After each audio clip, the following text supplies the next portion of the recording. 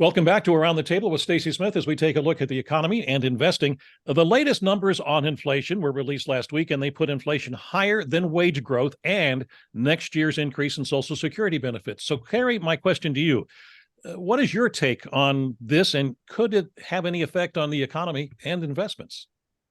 Well, I think that it's definitely something you have to watch. And the way that I described it is that, I actually was alive in 1965. So when I go back to that time frame, I was young, by the way. When we were kids, we had these coloring books where you had to connect the dots before you could see the picture. And then you could color in the picture. And I look at these data points that come out on a monthly basis, and they're really just the numbers. We're just connecting the dots. And the data can really fluctuate because we've seen oil prices go up, which has an impact on inflation, over the last few months. So the timing of how wages grow and how inflation ebbs and flows don't always match up, which is what you're referring to with the latest numbers. However, the trends overall have been in the right direction. I think we have to continue to watch how this disparity may play out, and if it really is a longer term disparity, because of the fact that, the consumer makes up 70% of the economy. So if they're unable to get out there and spend money, then that will slow the economy, which then the Fed will lower rates and the market will go up. So, who knows? But, you have to watch the data as it comes out and really look at the trends that the data is forming. I think today's consumers are very confused as well, which adds to this. And what I'm talking about is inflation. We have not had any meaningful inflation in the last 10 years before 2022. And what I think people were looking for whenever they heard inflation was coming down was that the price of which they bought something 2 years ago, that it would return to that. And that's the funny thing about inflation. It doesn't. It steps up like where that bar is, unlike gasoline, which fluctuates. But things like clothing and food and all that kind of stuff are unlikely to go back to the levels where they were in 2020. And I think this is part of the process of people either buying things quickly or choosing to forego a purchase because they're waiting for these prices to come back. And I think it's going to kind of string out how much longer we have inflation just because it's so confusing to the consumer. If you do roll the clock back to the 70s when we had high inflation the last time in the 80s, what happened at that time was once it got going, it started to become self-perpetuating because people started taking the attitude, I better buy it today because next week it's going to cost more. And if that I don't think that has started yet. I hope it doesn't start because that is a tough nut to crack.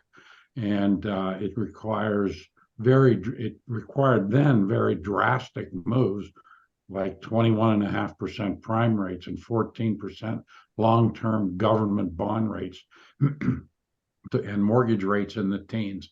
And that broke its back because it made it too expensive to buy it now because it was going to cost too much later. Let's hope we don't get there. At this point in time, there's no way to know. I don't see it, but who am I? Yeah, I think you're right, Frank. I don't think there's any way we get to anywhere close to that level on the prime rate or the Fed funds rate. But you're right that it's self-perpetuating until it's not.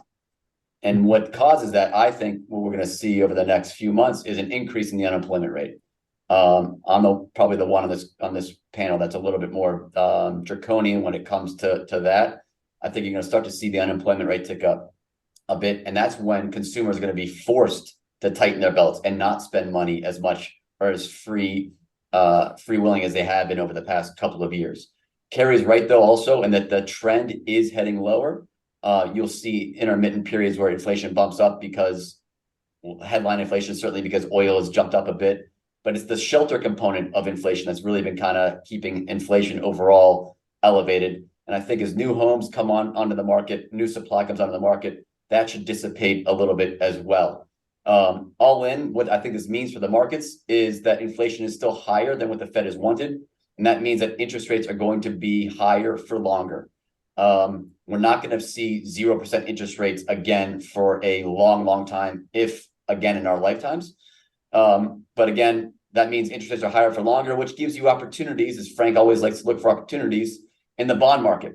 Certain areas of the bond market ought to be paying decent amount of yield and income to investors in a period of uncertainty, certainly for equities and again, in the broad economy in general.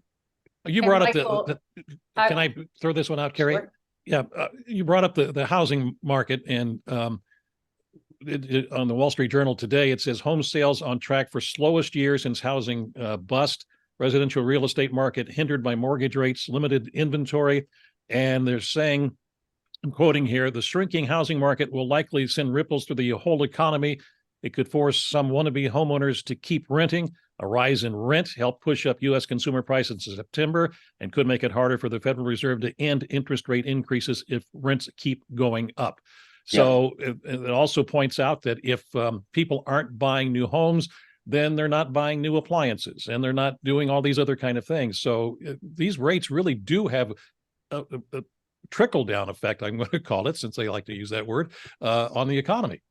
Carrie, I'm sorry that I interrupted you. No, and Stacy, you bring up a good point. I mean, we know that there's about a seven times multiple on housing, and in all my years of analyzing all kinds of data, housing data happens to be, in my opinion, the most influential in terms of, how our economy is doing.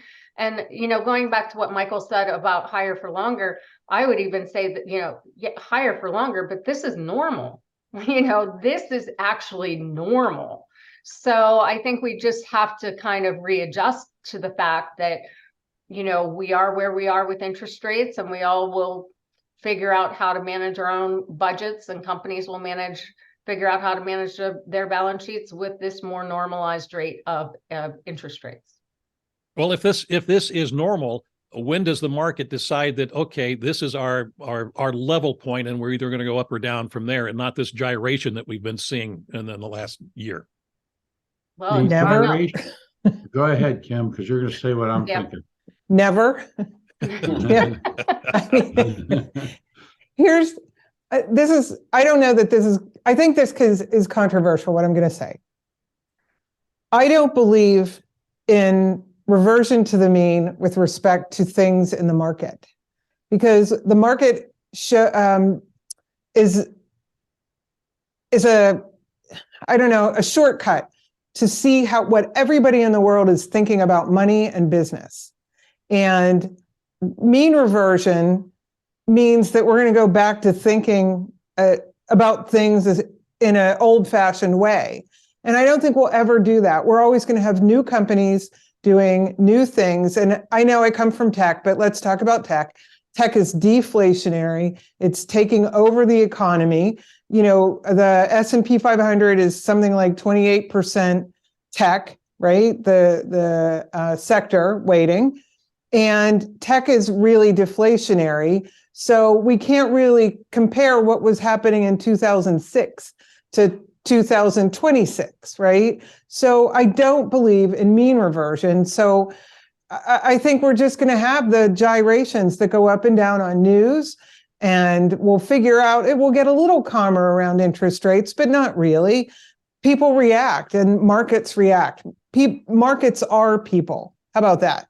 Markets are people. All right. We are out of time on this particular segment. We'll be back in just a moment.